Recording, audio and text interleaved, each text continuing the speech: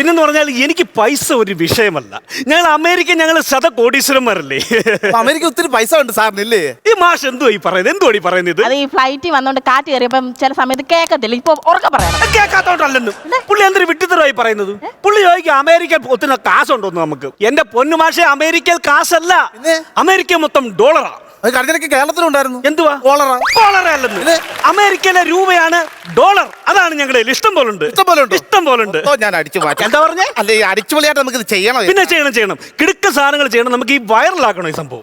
ഈ ഓണം സംബന്ധിച്ചതായതുകൊണ്ട് നമുക്ക് ഇഷ്ടം പോലെ ഓണക്കളികൾ വേണം. അതായത് തിരുവാതിര വേണം, കൈകൊട്ടിക്കളി വേണം, തുമ്പിതുള്ളൽ വേണം, അങ്ങനെയുള്ള എല്ലാ കളികളും നമുക്ക് വേണം. നിർത്ത. ആദ്യം റബ്ബർ ബാൻഡ് വേണം. ഇവരെ തലമുടിയിൽ ഇടാൻ വേണ്ടി. കണ്ടുപോയത് ഇപ്പൊ. അല്ല മാഷേ, നമ്മുടെ ഈ പരിപാടി എന്ന് പറയുന്നത് വെറൈറ്റി ആയിരിക്കണം. അതായത് നമ്മൾ ഈ വീഡിയോ ഷൂട്ട് ചെയ്യുമ്പം കണ്ടന്റ് ചെയ്യണം. അപ്പൊ ക്വാറന്റൈൻ കാര്യമാണോ പറഞ്ഞത്? കണ്ടന്റ് എന്ന് പറഞ്ഞാൽ ഇതൊരു വിഷയം നമുക്ക് വേണം. ഈ ഷൂട്ട് ചെയ്യാനായിട്ട് ഈ പാട്ടിനൊരു വിഷയം വേണം. ഒരു വിഷയം ഉണ്ടാക്കിയിട്ട് വേണം. അങ്ങനെ ഒരു വിഷയം ഉണ്ടാക്കിയിട്ട് വേണം നമുക്ക് ഈ പരിപാടി ചെയ്യാൻ. അങ്ങനെ എല്ലാ കാര്യങ്ങളും ഞാൻ ചിട്ടപ്പെടുത്തി വെച്ചിട്ടുണ്ട്. ഓക്കെ. അപ്പൊ നമുക്ക് കാര്യത്തിലേക്ക് കിടക്കാം. കാര്യം ചെയ്യാം. നമുക്ക് ഇതിലോട്ട് കിടക്കാം. അപ്പൊ നമുക്ക് എല്ലാവർക്കും കൂടെ സ്ഥലം ഉണ്ടോ ഇതിനകത്ത് കിടക്കാൻ? കിടക്കാനല്ല പറഞ്ഞത്. നമുക്ക് ഈ സംഗീതത്തിലേക്ക് കിടക്കാം. ഓക്കെ, അങ്ങനെ ആയിക്കോട്ടെ. അപ്പൊ ഫസ്റ്റിലേ കാപ്പി തുടങ്ങാം. ആദ്യം എന്തെങ്കിലും ഒന്ന് മീട്ട, എന്നിട്ട് വേണമെങ്കിൽ കാപ്പി പൊറോട്ട എന്താന്ന് വെച്ചാൽ മേടിച്ചാൽ. കാപ്പി പൊറോട്ട കുടിക്കുന്ന കാര്യമല്ല പറഞ്ഞത്. കാപ്പി രാഗത്തിൽ തുടങ്ങാമെന്ന്. കാപ്പി രാഗം സൂപ്പർ രാഗം.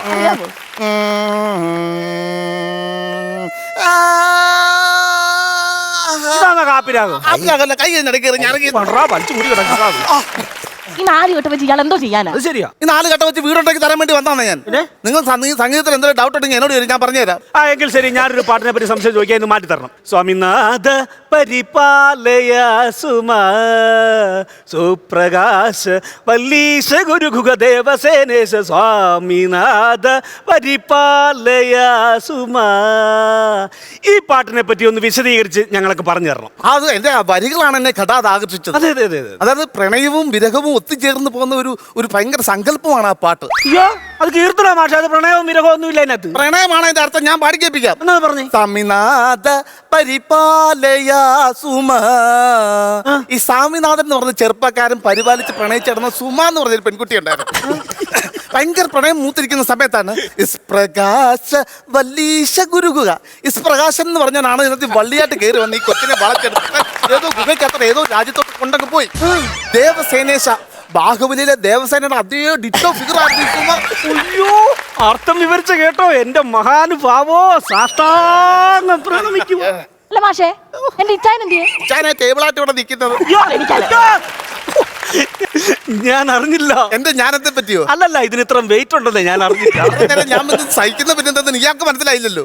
അപ്പൊ മാഷേ, എങ്ങനെ ആയിരിക്കണം നമ്മുടെ ഈ ആൽബത്തിന്റെ പോക്ക്? എങ്ങോട്ടായിരിക്കും ആൽബത്തിന്റെ പോക്കെന്ന് പറഞ്ഞാൽ ഫസ്റ്റ് പാട്ടെന്ന് പറഞ്ഞാലേ പഴയ ഒരു ഓണപ്പാട്ടിനോട് ചിട്ട ചേർത്ത് പോകുന്ന ഒരു രീതിയിലാണ് ഞാൻ ചിട്ടപ്പെട്ടത്. അത് വളരെ നല്ലതായിരിക്കും. കാരണം നമ്മളെ ആൽബം ഇഷ്ടപ്പെടുന്ന കുറെ മുതിർന്ന ആൾക്കാരുണ്ട്. അപ്പൊ ഏത് പാട്ടിന്റെ പോലാണ് ഇത് പോകുന്നത്? ഞാൻ നിങ്ങൾ കേൾപ്പിക്കാം. ആരോ മലർത്തി വെച്ചൊരോട്ടുരുളി പോലെ. അയ്യോ മാഷ, അങ്ങനല്ല. ആരോ കമിഴ്ത്തി വെച്ചൊരോട്ടുരുളി, അങ്ങനെയാണ്. എത്ര കാലമായിട്ട് കമിഴ്ത്തി വെച്ചേക്കോ?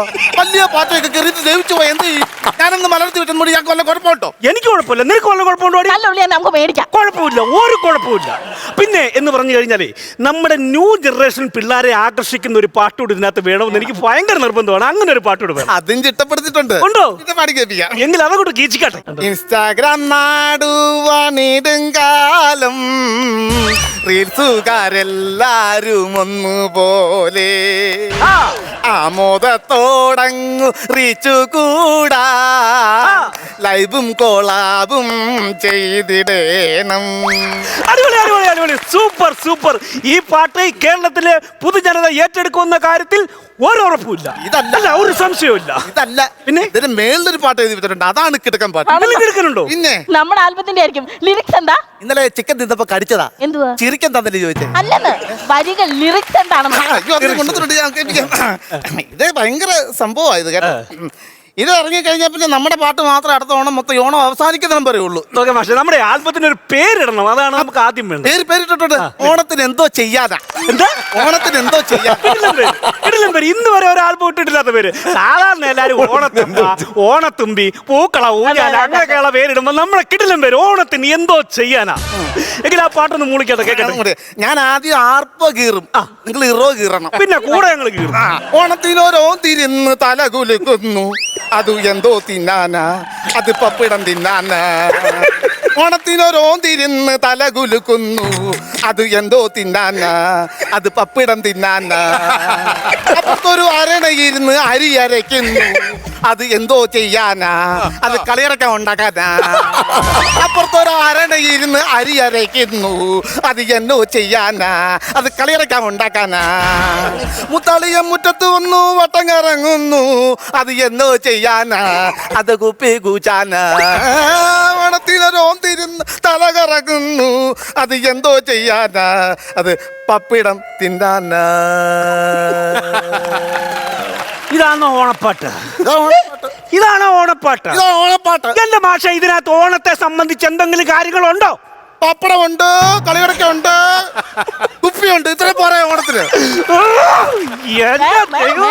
നിങ്ങൾക്ക് വേണം. എടാ കാല, അമേരിക്കയിൽ നിന്ന് ഇത്രയും ദൂരം സമയവും പൈസ മെനക്കെടുത്ത് ഞങ്ങളെ ഇവിടെ കൊണ്ടുവന്ന നിന്നെ ഞങ്ങൾ എന്തോ ചെയ്യാനാ? അത് സാറ് പറ.